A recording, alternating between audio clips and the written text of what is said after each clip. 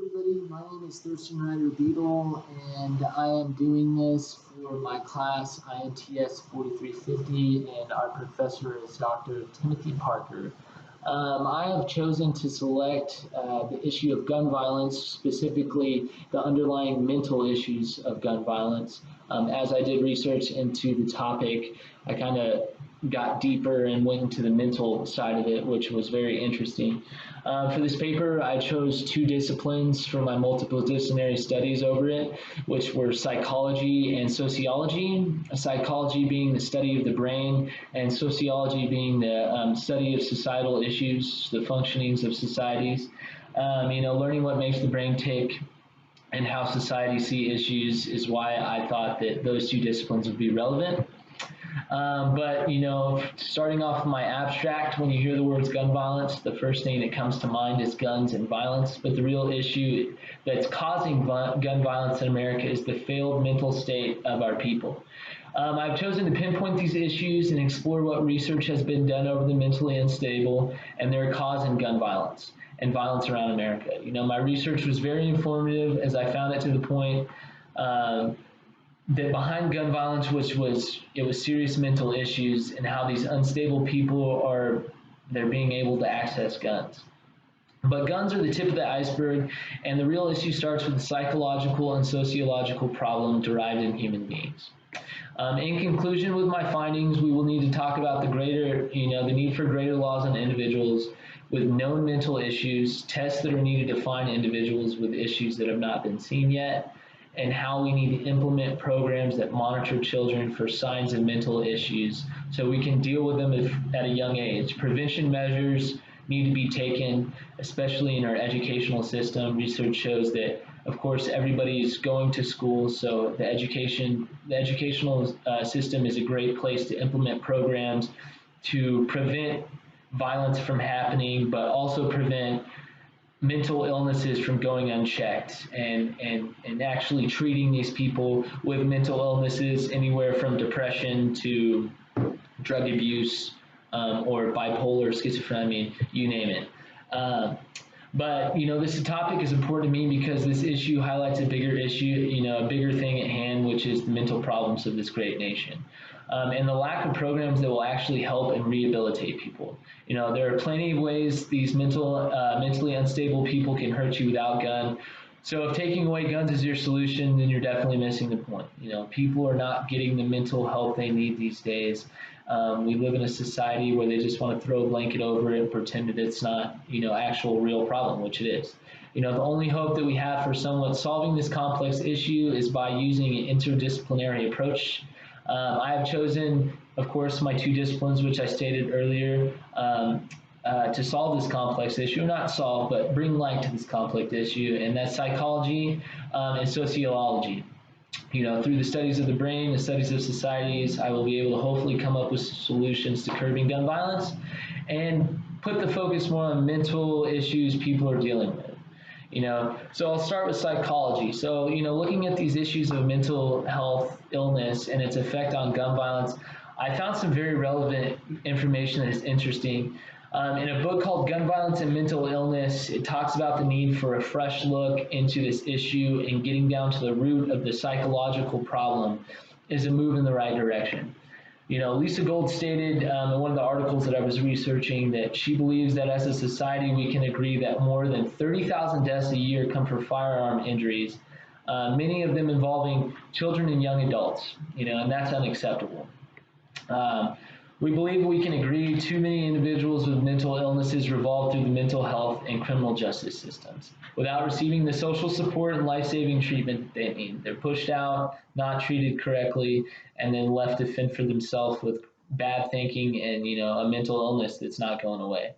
We believe we can agree that perspectives that suggest new and potentially effective approaches to reducing gun violence, and the main thing is not to stigmatize those with mental illness.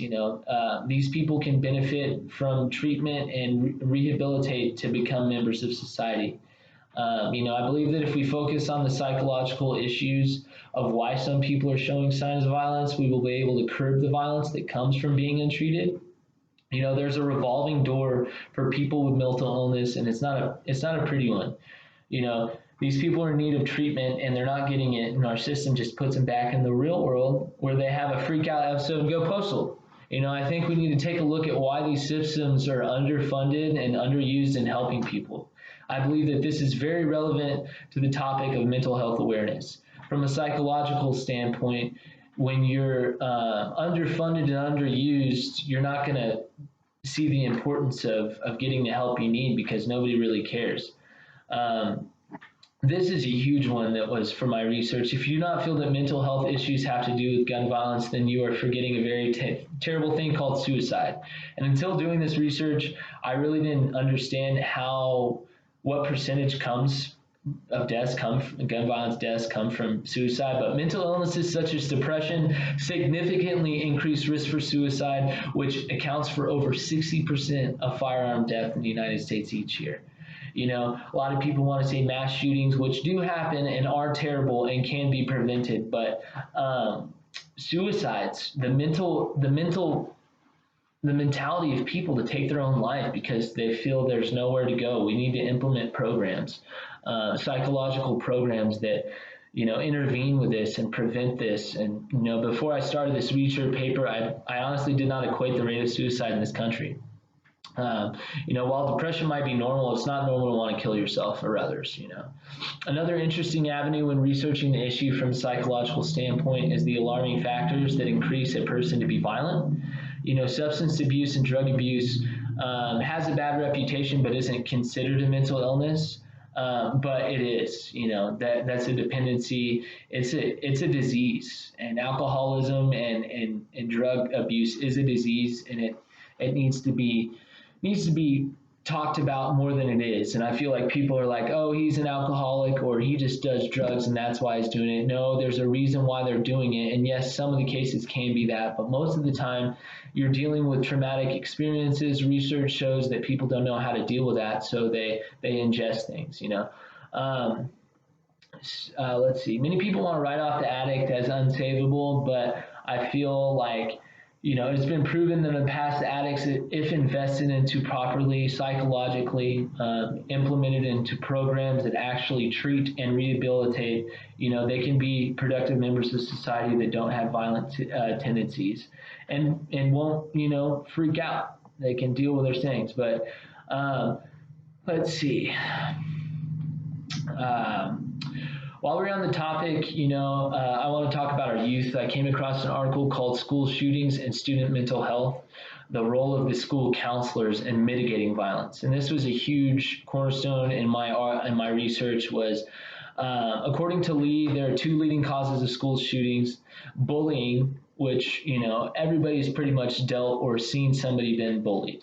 And it has a terrible effect on somebody's mental state and can make them do some crazy things, as well as non-compliance side effects of psychiatric drugs, being diagnosed and wrongly diagnosed and prescribed medications that will make your brain chemistry not work. But what stood out to me was the facilitating counseling groups and the role of school counselors in mitigating violence. These groups conduct psychosocial counseling, and it states due to the exceedingly high percentages of perpetrators who struggled with grief, loss, bullying, depression, anger management, poor problem solving, and low esteem, there's a rationale and imminent need for school counselors to facilitate counseling groups, addressing these topics in hope of providing these students with the tools that need to deal with their emotions in a more constructive manner. And that goes back to the educational system. All educational system, you're mandatory, you have to go. So I feel like these psychosocial groups that assess these problems and deal with them through communications and other implemented programs is huge and needs to be a cornerstone in every school and even in companies as adults. So those are the two, education and companies. There are a few research articles. These are a few research articles that I thought did a good job at showing the relevance for the need of psychological discipline when confronting the issue of mental health and its relation to gun violence. Now we'll talk about my second discipline, which is sociology. The sociological discipline is relevant to this issue. It focuses people and how they live day to day. These two make us interdisciplinary team because one is more scientific, and the other one is more grounded in the people and the study of science or the study of society. The first big step that I think we need to take in our society is to stop glorifying violence and crazy thinking. And this starts with people can come together and realize that negative elements are influencing people to act out in violent ways. A sociological interpretation outcomes of studies on violent media draws the debate out beyond the realm of individual psychological effects and identifies permanent social groupings that go beyond socioeconomic status.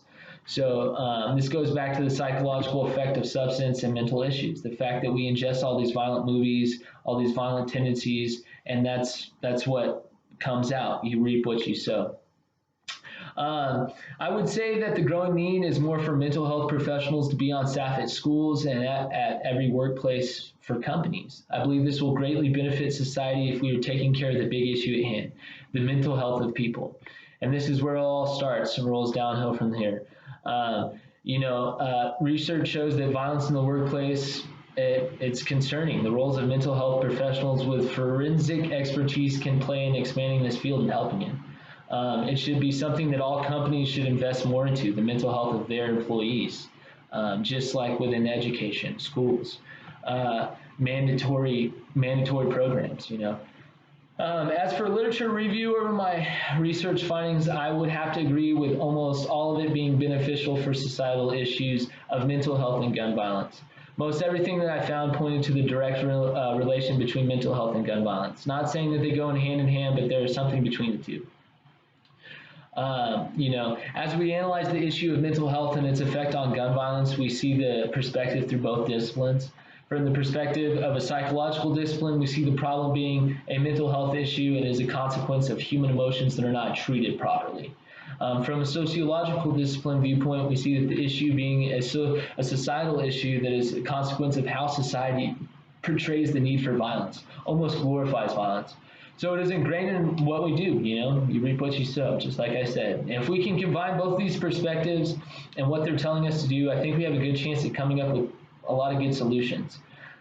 It's not going to, make it go away, but it will help people deal with hurt, deal with emotions, deal with different things that actually mental illnesses, bipolar, schizophrenia, a lot of stuff people don't even know because they've never even thought about it. Why am I doing this? But in conclusion, with research done through my chosen disciplines, the key to curbing these gun violence and the negative effects of mental instability are to integrate these disciplines and come up with programs and actually integrate these programs. This will allow you for the best chance to come up, with a well-rounded solution. But I hope you enjoyed what I had to say over the issue of the underlying mental issues of gun violence. And thank you for listening. For all of you who are graduating, congratulations, and I hope you have a wonderful day. Bye.